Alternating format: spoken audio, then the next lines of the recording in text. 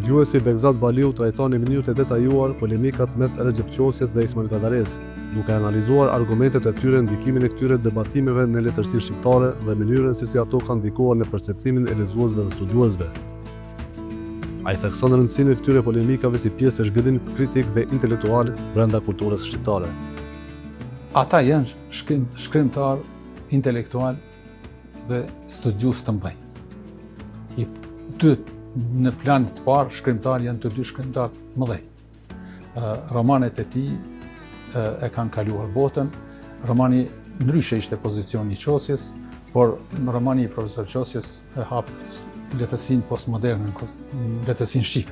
Ato është pranuar gjithashtu në atje ku është përkthyer, është pranuar me kritike, me vlerësime të larta.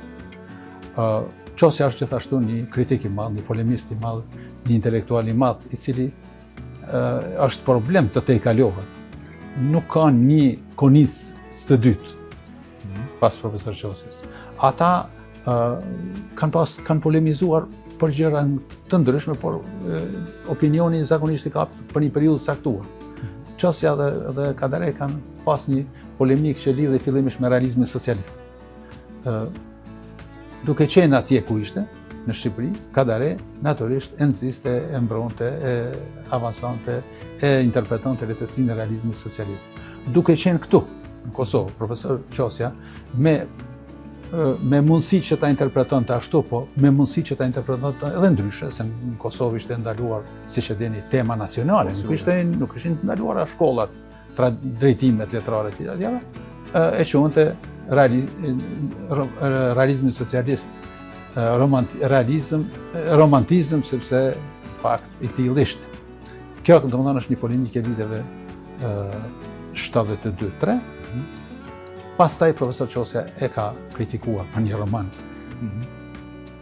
për dasmën, për të cilin pastaj vetë Kadare e ka kritikuar vetën shumë, sepse ishte një roman me njollë, një roman që sillte, si themi, atë politikë kineze në Shqipëri.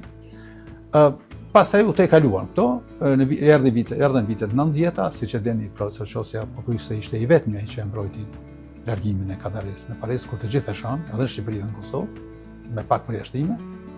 Pastaj erdhën vitet e, si themi, pak konjunkturimeve në jetën kulturore në Kosovë, sidomos në Shqipëri, por sidomos Kadareja jashtë atje.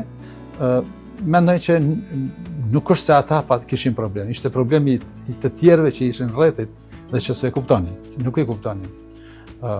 Kadare banta duke qenë në Evropë dhe duke qenë në një rrethane, në një shoqëri, në një rreth saktuar të tillë, banta qëndrimin që Kosova, shqiptarët janë thjesht një fytyrë evropiane, një gjë që e kanë thënë infrashëri, e kanë thënë gjithë rilindasit tanë, se ne si identitet jemi kriju si fytyrin evropian, si fytyrë evropiane.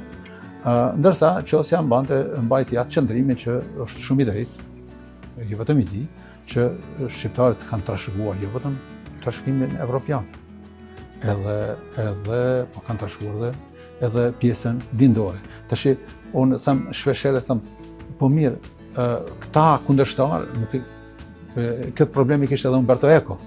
Edhe Umberto Eco tha ju mund ta vendosni këtë Biblën si në themelet e kushtetutës së Bashkimit Evropian, duke përcaktuar vetëm elementin perëndimor, po mos harroni se ai vjen nga lindja. Prandaj pati ca kritik, edhe Kadare, edhe Umberto Eco pati ca kritik, por jo sikur ne, jo sikur tani të gjithë me zhurmë. Kritika Umberto Ecos ishte natyrisht në një shkallë të lartë, kulturore, filozofike. Kritika ndaj Qosjes ishte kritik mahallë. Prandaj kështu unë i kam çmu, i kam besu, i kam liruar dhe kam dëshirë të vërtetën të dyve. Unë në kuptimin e jetës që ka bërë Kadarea atje, nuk mund të bëj tash prap politikë partijake, politikë klanore, politikë të mahallës. Kadare ka qenë nënkretari i Frontit Popullor.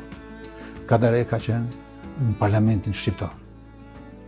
Njëri prej tyre 130-ve që ndoshta ka votuar edhe në raste kur janë dënuar njerëzit me vdekje, dhe me vdekje janë dënuar edhe në Francë, në Angli, në Gjermani, vetëm në Shqipëri. domethënë Kadare ka qenë pjesë e ndërtimit të asaj shoqërie, njeri me ndikim, jo pjesë në kuptimin, ai s'ka qenë sekretari i parë, se s'mund bëhet gjithë sekretarët parë. Sekretari i parë ishte vetëm Enver Hoxha. Të tjerët ishin Amizalia e tjerë, por Kadare ishte zëvendëse e gruas e Enver Hoxhës. Se do t'i fshehim këtu? Kjo është, ne nuk mund të dalim pa prej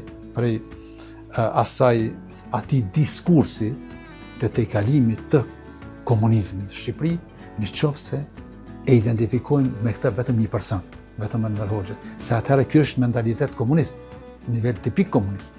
Sigurisht. Po, dhe kjo nuk qënë rrugë. Kjo arsye, nuk shpija askund. Arsyeja pse Shqipëria s'po arrin të kaloj, këtë e tham shumë herë, se s'po arrin të kaloj tranzicionin nga komunizmi në shoqëri liberale, shoqërinë e hapur, se kështu quaj, ajo ashtu quhet ajo lëvizja europiane, që është shoqëri e lirë, është sepse partës e kësaj lëvizje janë vendosë sekretarët e partisë dikur. Njerëzit neokomunistë të cilët sillen me demokracinë siç silleshin në kohën e komunizmit. Dhe e keni parë, cili është dallimi i Sali Berishës prej asaj epokën tonë. Ai flet si në kohën e komunizmit. Ai bën me duar gjeste si në kohën e komunizmit. Ai reagon si në kohën e komunizmit. Ai kundërshton si në kohën e komunizmit. Ai duhet njëherë të zbutet. Ai të bëhet liberal me sjelljen, me diskursin e me komunikimin e tij. Ai do të bëhet liberal njëherë vetë. Ai duhet të zbret nga pozita e sekretarit të partisë ku ishte në universitet vetë. Pastaj të ndihmojë të tjerë të kaqërin. Përndryshe Shqipëria po vonon.